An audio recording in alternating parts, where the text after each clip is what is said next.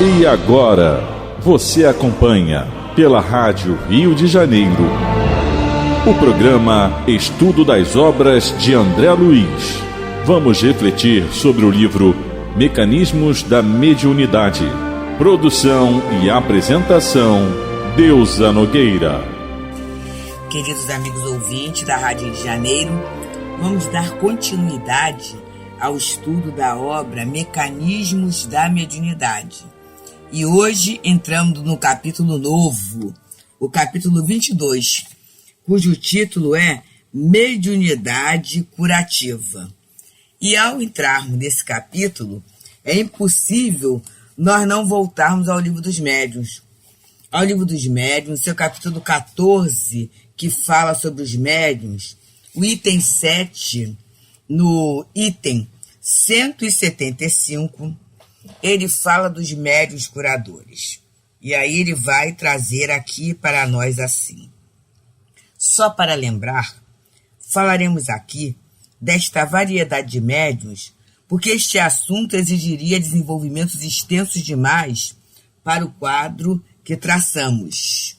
E é interessante, né? Como Kardec fala dessa variedade, e não é um desenvolvimento extenso demais para o quadro, mas ele fala, um dos nossos amigos médicos propõe a tratá-lo numa obra especial sobre medicina intuitiva. Então, mas ele vai falar que existe. Então ele diz, diremos apenas que esse tipo de mediunidade consiste principalmente no dom que certas pessoas possuem de curar, pelo simples toque, pelo olhar e até por um gesto, sem o concurso de qualquer medicação. E aí é a questão interessantíssima para a gente fazer a diferença, né? A gente teve essa vivência tanto no Núcleo Espírita Pedro e Paulo, quanto no Centro Espírita Leon Denis, no trabalho do tratamento espiritual, esse trabalho assim tão querido, né, tão interessante, que existem, é claro, em muitas casas. A gente só vai aqui trocar um pouquinho daquilo que nós vimos e daquilo que nós participamos. Então ele fala, pelo simples toque. E aí nós já vimos, né, nós participamos mesmo de trabalhos no Núcleo Espírita Pedro e Paulo, em que o irmão Walter falava de uma forma muito simples, colocar a coluna no lugar. Então, colocar a coluna no lugar, né? Na verdade, era o passe que era dado na coluna, né? Ele tocava, mas não era massagem. E é interessante que o toque, né?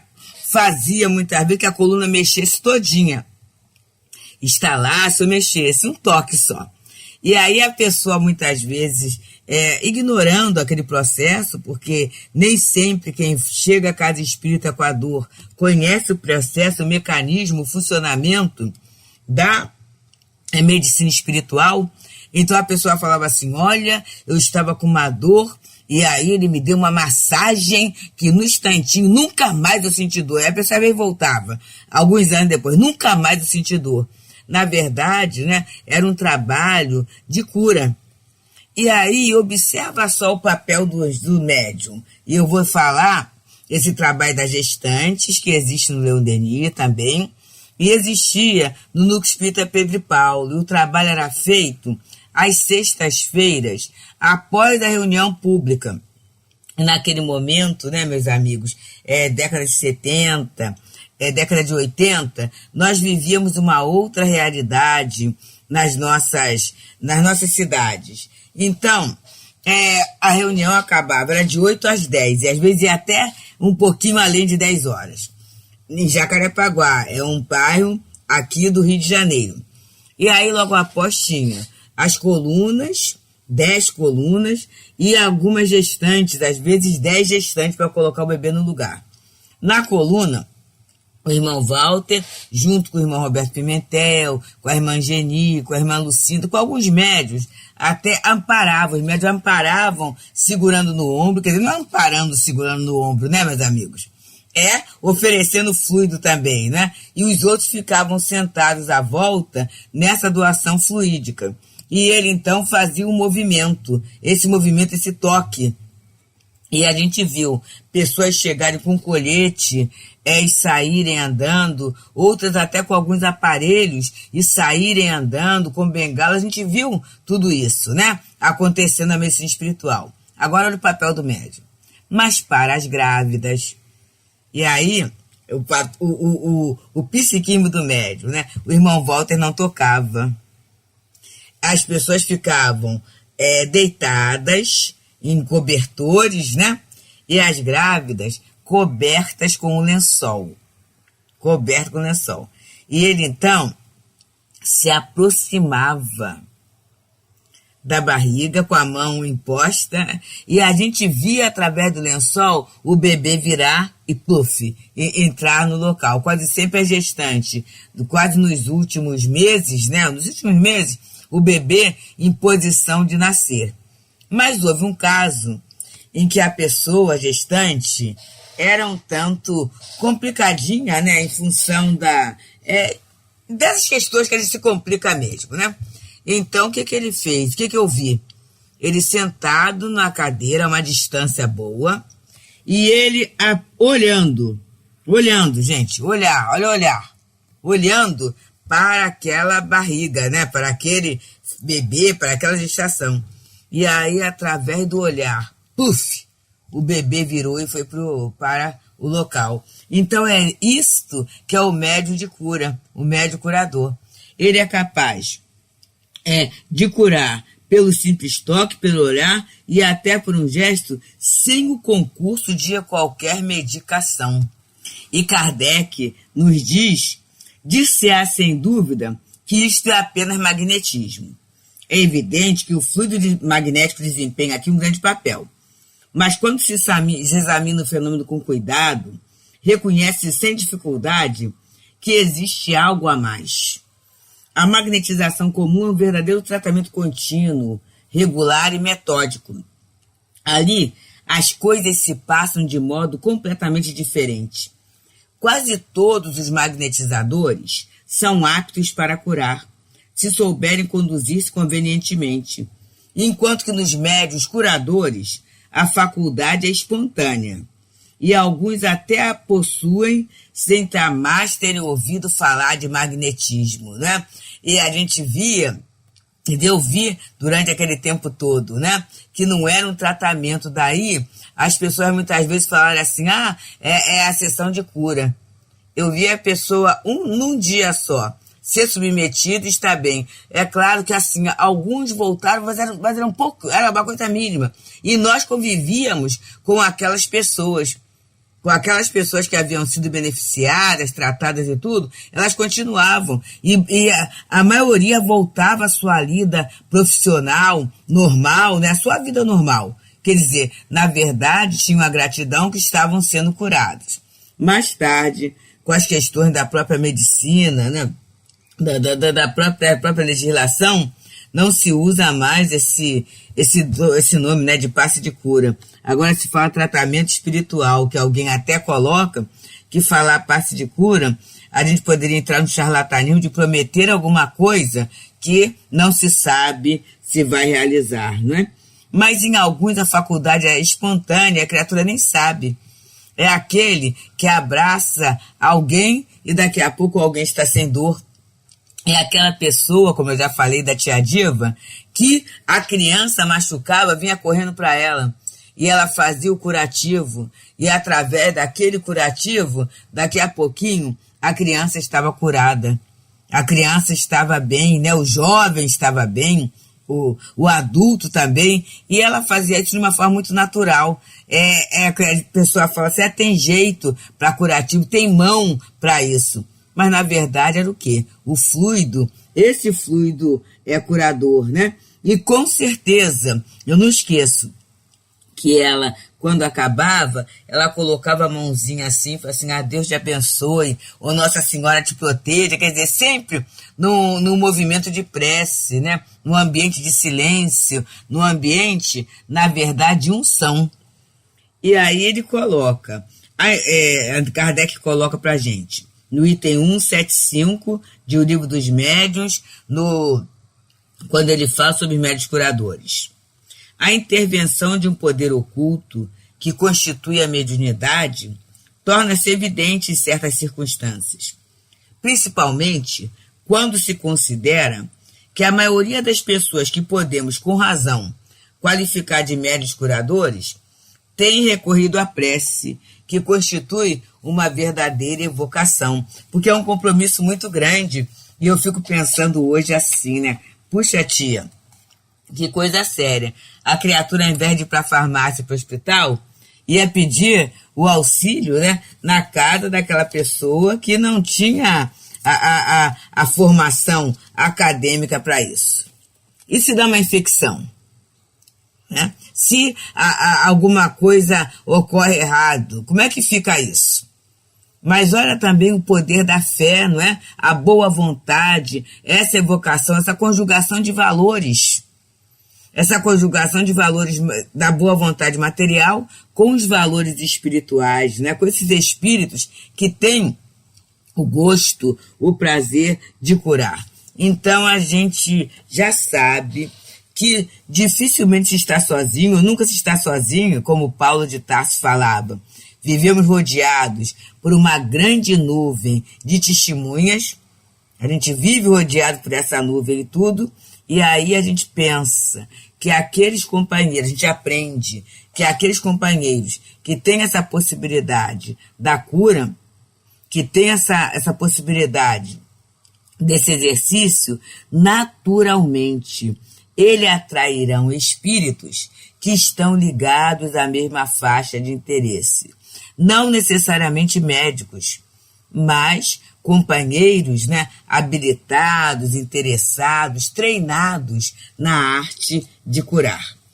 E nós estamos então, amigos, pelas ondas fraternas da Rádio Rio de Janeiro, a emissora da fraternidade, a emissora espírita, que nós temos aí com muita visualização, porque estamos através do YouTube, a nossa rádio agora é digital, né?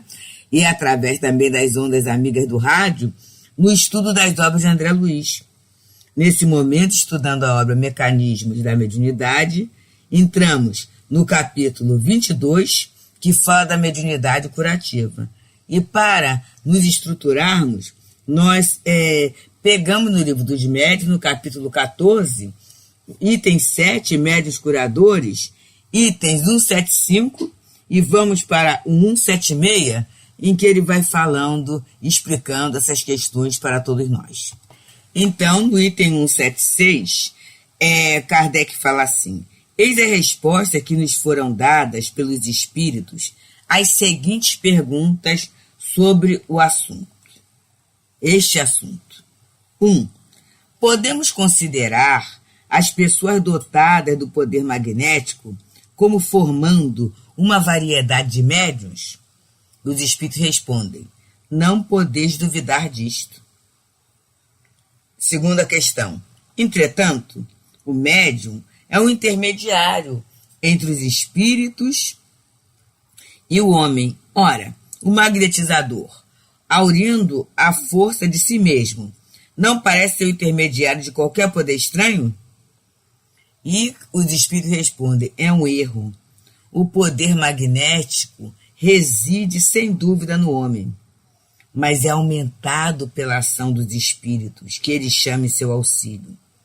Se magnetizas, tendo em vista curar, por exemplo, e invocas um bom espírito que se interessa por ti e pelo teu doente, ele aumenta a tua força e tua vontade, dirige teu fluido e lhe dá as qualidades necessárias.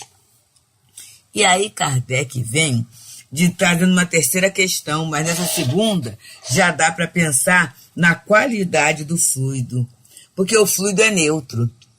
E o fluido que sai do médium, esse fluido vital, né, esse fluido até magnético que sai do médium, ele na verdade ele tem coloridos, tem as peculiaridades deste médium. Mas aí, será que esse fluido desse médium ele serve para tudo? Cura tudo? É claro que não, né? E aí é a hora em que os espíritos interessados naquele trabalho, naquele processo de cura, vão mesclar o fluido do médico ou o fluido dele, ou vão qualificar. É uma química espiritual que a gente não consegue definir. O que a gente sabe é o poder do pensamento e da vontade é imenso. O poder da prece é imenso também. A vontade de fazer o bem, essa intenção, essa boa intenção, potencializa tudo. Agora, como é que é mexido o fluido, como é feita a transformação, a gente realmente ainda não consegue explicar.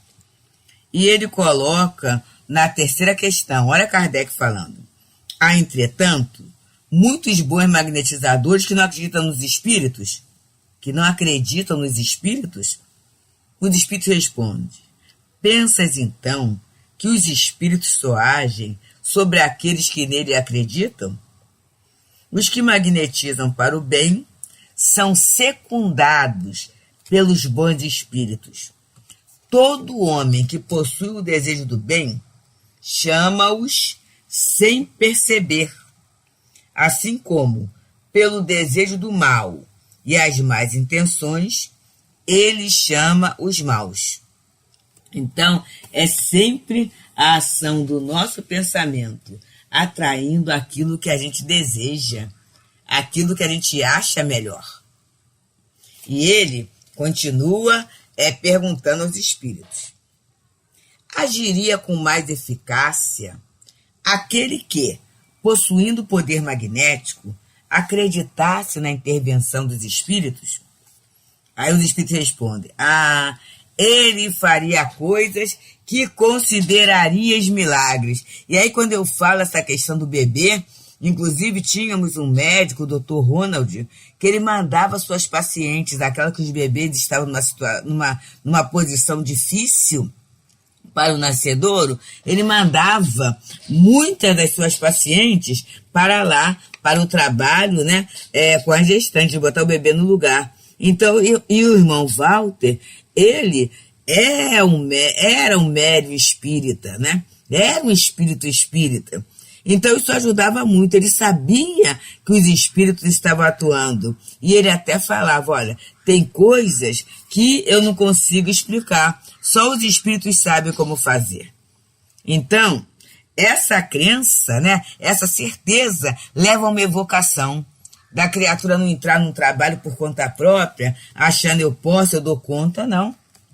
Essa questão toda vai levar a criatura a ter uma harmonia. E quando eu confio, quando eu me entrego, né, quando eu percebo essa movimentação ao meu redor, eu sei dessa possibilidade com toda certeza.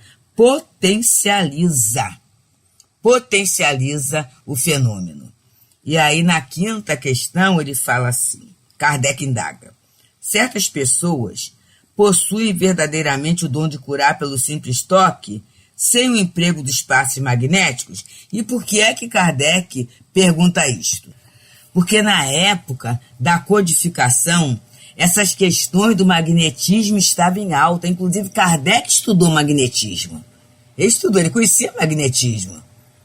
Então, ele pergunta, né? Será que é possível? Olha só, ele sabia das curas pelo magnetismo. Ele sabia dos trabalhos, né, ocorridos. Inclusive, a gente tem até o livro do Hector D'Urville, né? Teoria de procedimento do magnetismo. Então, a gente tem Mesmer, que a gente conhece mais, mas tem o Marquês de Purseguir, Deleuze, Dipotê, La Fontaine. Então, tem vários magnetizadores, né? E aí as pessoas sabiam dessa possibilidade, quer dizer, Kardec sabia dessa possibilidade e da cura de muitas doenças, inclusive as doenças nervosas, muitas doenças nervosas, curadas através dos passes magnéticos. E aí vem a questão dele, já que ele indaga: mas será que existe mesmo a possibilidade de curar pelo simples toque, sem o emprego dos passes magnéticos? Porque, na verdade, os passes magnéticos, eles possuem toda uma técnica, gente. Eu estou falando, não estou falando da minha cabeça, não, tá, gente? Temos o livro aqui, né, que ele foi lançado, né, em Quer dizer, em 1850, 50, já havia esse grande trabalho, assim, ele sabe da técnica. Então, o simples toque não é uma técnica. Não é uma técnica, é uma forma, muitas vezes, natural. E aí é que ele indaga. Há possibilidade de haver essa cura sem o emprego dos passes por pessoas que não conheçam a técnica? E aí os espíritos falam, certamente, não tendes disso numerosos exemplos? Aí a sexta questão é, neste caso, existe ação magnética ou apenas influência dos espíritos? E aí os espíritos falam, uma e outra coisa. Essas pessoas são verdadeiros médiuns, visto que agem sob a influência dos espíritos. Mas não quer dizer que sejam médiuns curadores, como entendeis. E aí ele está falando de magnetizador, né? O magnetizador, ele pode não ser um médium curador, mas alguém que usa a técnica fluídica, né? E consegue chegar ao resultado. E aí ele coloca a sexta questão. A sétima questão, desculpe. Este poder pode ser transmitido? Os espíritos falam. O poder não, mas o conhecimento das coisas necessárias para exercê-lo, se o possuir. Este não perceberia que possui este poder, se não acreditasse que ele lhe foi transmitido. Então, em algumas situações, né, o que é a nossa cabeça? A gente acha mesmo que recebeu de alguém, e daí muitas vezes até esse ritual que existe, é o ritual para o fulano se tornar médium. O fulano já é médium, mas ele não sabe. E aí, quando há o ritual, quando há essa fala toda, né, esse processo todo, a criatura começa a ter segurança, aí observar o que acontece com ela, né? E aí, oitava questão de Kardec. Pode-se obter curas apenas pela prece? E os espíritos falam assim, sim, algumas vezes, se Deus o permitir. Mas talvez o bem do doente esteja em sofrer ainda. E então, acreditais que nossa prece não foi ouvida. E aí, muitas vezes, a cura, gente, é a permanência da doença, é a forma de expurgar. Por isso, é que nessas reuniões de tratamento espiritual, não fica apenas no passe. A criatura não chega, recebe o passe e vai embora. Sempre existe uma preleção, existe uma prece, existe uma orientação para que aquela criatura se aproxime do evangelho, para que ela se aproxime da doutrina, para que ela assista a reuniões públicas ou leia de uma literatura, né? Pegue uma literatura para entender do porquê da vida. Então há todo um mecanismo, né? Há todo um trabalho para que as pessoas, né, tenham essa lucidez. É esse trabalho para que a pessoa tenha essa lucidez de entender.